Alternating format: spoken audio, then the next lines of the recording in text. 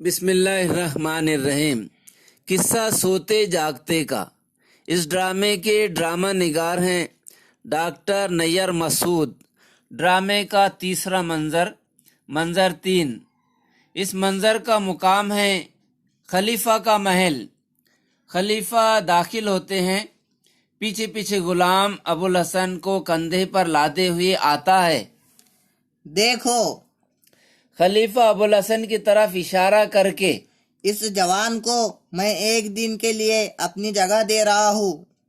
تمہارا فرض ہے کہ جس طرح مجھے سلاتے ہو اسی طرح اسے سلاؤ، جس طرح مجھے سرکہ سنگھا کر جگاتے ہو اسی طرح اسے جگاؤ، جس طرح مجھے امیر المومنین کہہ کر پکارتے ہو اسی طرح اسے امیر المومنین کہہ کر پکارو۔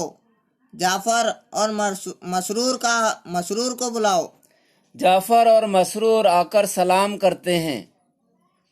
خلیفہ سلام کا جواب دے کر، مسرور، ایک دن کے لیے میری جگہ جوان تمہارا آقا ہے۔